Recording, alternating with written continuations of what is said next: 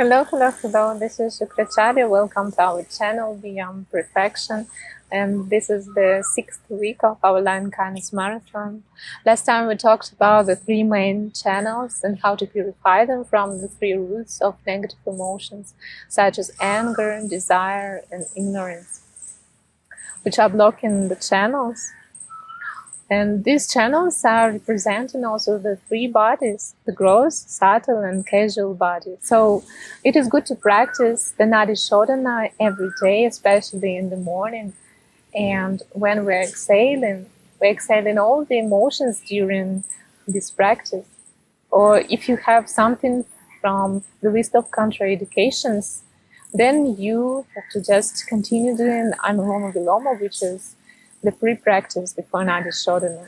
And after the completion of Nadi Shodhana, we also continue the deep breathing with both the nostrils opened, and thus we purify our central channel.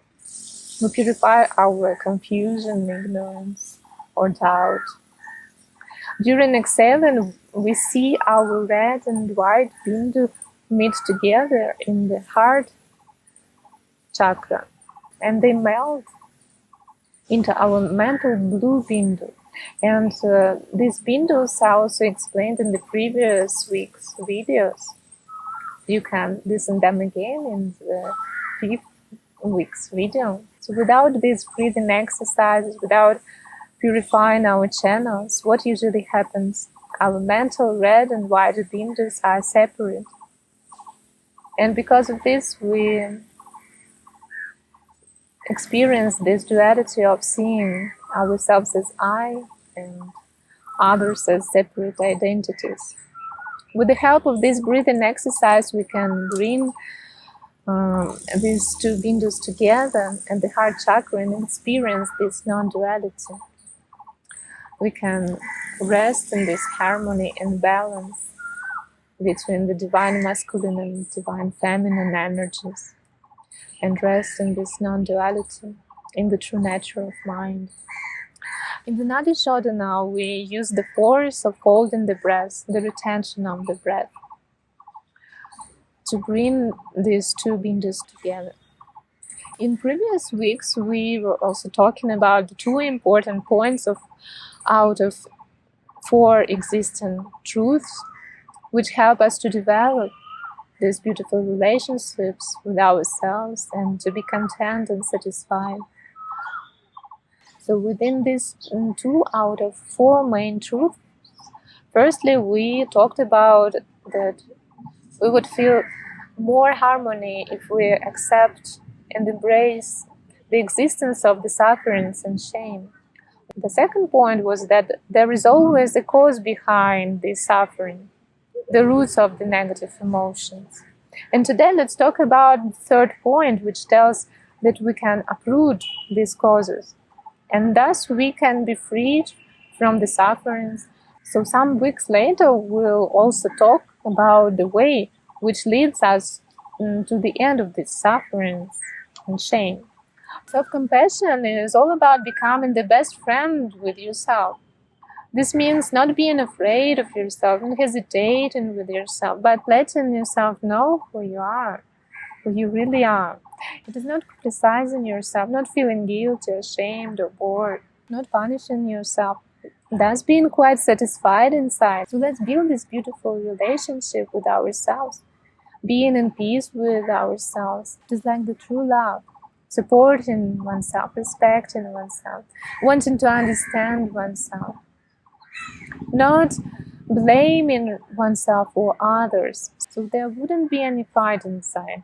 Any complaint dissolves in the light and warmth of loving kindness. First of all, we have to feel gratitude that we're still alive from the time of our birth until today, that we inhale and exhale, and be grateful to those people who supported us during this life, thanks to whom we're still alive now. How many people helped us to survive until this very moment? So now let's think of all of them and write down their names in your copybook. Whom do you feel gratitude to? Later on, let's write down everything you are grateful to them for. Express your gratitude. Why are you grateful to them? So you can just stop this video and write down the names and why are you grateful to those people. Think of how many people supported your existence until today. Your parents, relatives, friends, teachers. People who cooked for you, people who planted what you were eating. The drivers who delivered the food to the shops. Bring all this gratefulness into this present moment and express it from your heart. Now focus on all the positive things in your relations with them. Bring it all alive as possible and as wide as possible. What you have learned from them, what you have learned from these situations with them, how you have grown up. Be grateful to each and every of those people, to each and every moment with them. Then afterwards, let's focus on bad and unpleasant situations with them.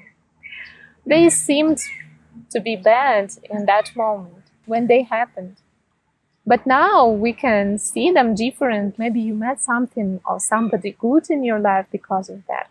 Maybe you met your wife, husband because of that. Maybe you grew because of that experience. All this worth to be grateful for, even for tough times, because for sure it contributed a lot to your growth. This gratefulness turns sufferings and dissatisfaction into the liberating experience. Now let's open our gratitude to ourselves. Have you already managed to stop this habitual pattern of blaming yourself? Because mostly everyone blames themselves. However, all the experiences made us what we are today. So let's embrace all the experiences in the past. Hug your past with love and kindness.